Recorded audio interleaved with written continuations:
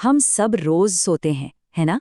पर क्या हम कभी सोचते हैं कि नींद की असली ताकत क्या है? आज हम जोसेफ मर्फी के काम के जरिए ये जानेंगे कि कैसे हमारा सबकॉन्शियस माइंड यानी कि अवचेतन मन नींद में भी हमारे लिए काम करता है और कैसे हम इस छिपी हुई शक्ति को अपने फायदे के लिए इस्तेमाल कर सकते हैं। चलिए एक सवाल से शुरू करते हैं। क्या हो अगर नींद सिर्फ दिन भर की थकान मिटाने के लिए नहीं बल्कि जिंदगी की बड़ी बड़ी मुश्किलों को सुलझाने का एक तरीका हो? ये सवाल ही हमारी आज की पूरी बातचीत का सेंटर पॉइंट है। तो सबसे पहली और सबसे जरूरी बात, ये सोचना बंद कर दीजिए कि नींद का मतलब सिर्फ आराम करना है। असलियत ये है कि जब हमारा शरीर और चेतन मन आराम कर रहा होता है, तब हमारे मन का एक दूसरा, ज्यादा ताकतवर हिस्सा अपना सबसे जरूरी काम शुरू करता है। देखिए, हमारे मन के दो हिस्से हैं। एक है हमारा चेतन मन, जो दिन भर की भागदौड़, टेंशन और फैसलों से थक जाता है, उसे आराम चाहिए। लेकिन दूसरा है अवचेतन मन, और ये कभी नहीं सोता, कभी नहीं थकता। ये 24 घंटे काम करता है, हमारी सांसें चलाता है, हमारे दिल को धड़काता है। और पता है क्या?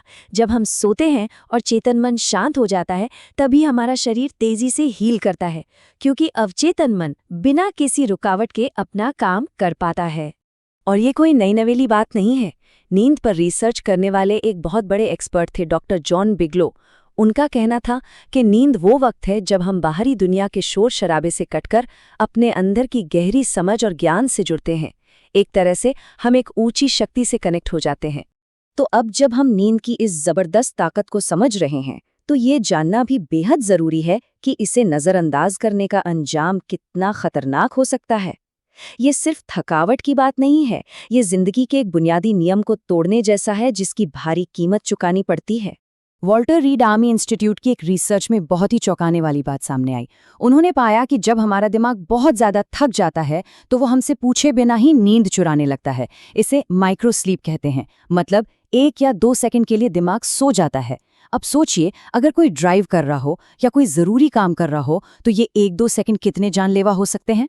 और नींद की कमी का असर सिर्फ जिस्मानी नहीं होता। इससे हम चिड़चिड़े हो जाते हैं, हमारी याददाश्त कमजोर पड़ने लगती है, हम चीज़ों पर ध्यान नहीं लगा पाते। और अगर ये लंबे समय तक चले, तो ये डिप्रेशन और यहाँ तक कि मानसिक संतुलन बिगड़ने की वजह भी बन सकता है। तो साफ है, अच्छी नींद कोई लग्जरी नहीं बल्कि एक ज़रूरत है। तो ठीक है, खतरों की बात तो हो गई, पर अच्छी खबर यह है कि इसका समाधान कहीं बाहर नहीं, हमारे अपने अंदर ही है। चलिए अब उस तरीके पर आते हैं जिससे हम नींद को अपने पर्सनल गाइड में बदल सकते हैं। तरीका बहुत ही आसान है। सोने से ठीक पहले जब आप बिस्तर पर हों, तो अपने मन को शांत करें। अपनी किसी खास समस्या के बारे में सोचें जिसका आप हल चाहते हैं। फिर अपने अवचेतन मन से एक सीधा सा सवाल करें, एक रिक्वेस्ट करें, जैसे मुझे सही रास्ता दिखाओ। और इस सवाल को एक लोरी की तरह मन में धीरे धीरे दोहराते रहें जब तक नींद ना आ जाए। और बस भरोसा रखें, जवाब जरूर मिलेगा। हो सकता है सुबह उठते ही या दिन में कभी अचानक से। अब ये तरीका सुनने में थोड़ा जादुई लग सकता है, लेकिन ये सच में काम करता है।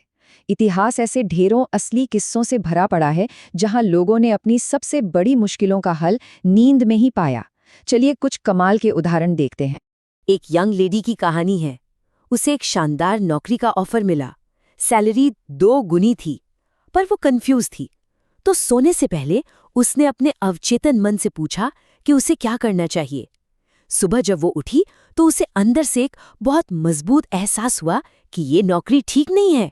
उसने ऑफर ठुकरा दिया और कुछ ही महीनों बाद वो कंपनी बैंकरप्ट हो गई। उसके अवचेतन मन ने उसे बचा लिया। खुद इस किताब के लेखक जोसेफ मर्फी के साथ एक कमाल की घटना हुई। उन्हें एक अच्छी नौकरी के लिए विदेश जाना था।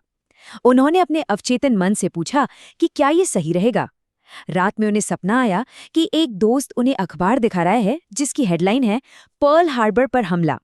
और जानते हैं सबसे हैरान करने वाली बात क्या थी? ये सपना असली हमले से 3 साल पहले आया था। उन्होंने तुरंत अपना प्लान कैंसिल कर दिया और उनकी जान बच गई।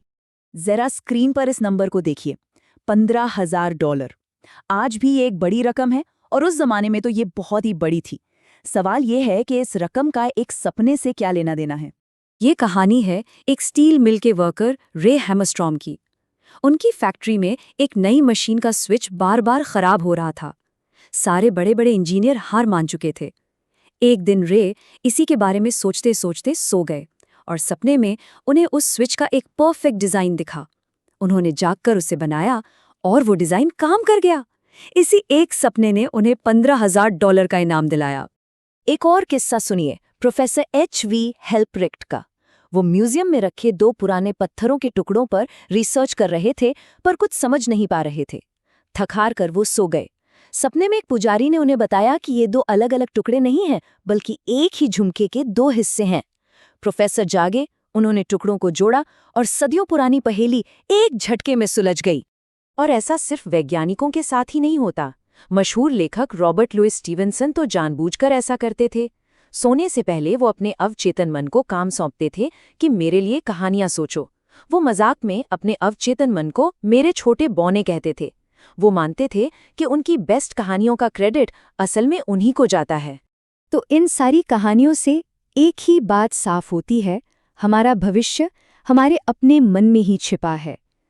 और नींद वो वर्कशॉप है, वो जगह है जहां हम अपने आने वाले कल को अपने मर्जी का आकार दे सकते हैं।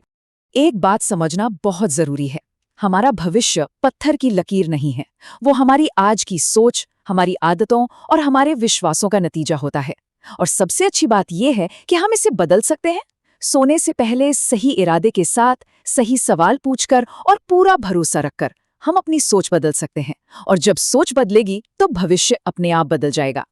तो अगली बार जब कोई मुश्किल सामने आए तो परेशान होने की जगह उसे अपने सबसे ताकतवर सलाहकार यानी अपने अवचेतन मन को सौंप दीजिए।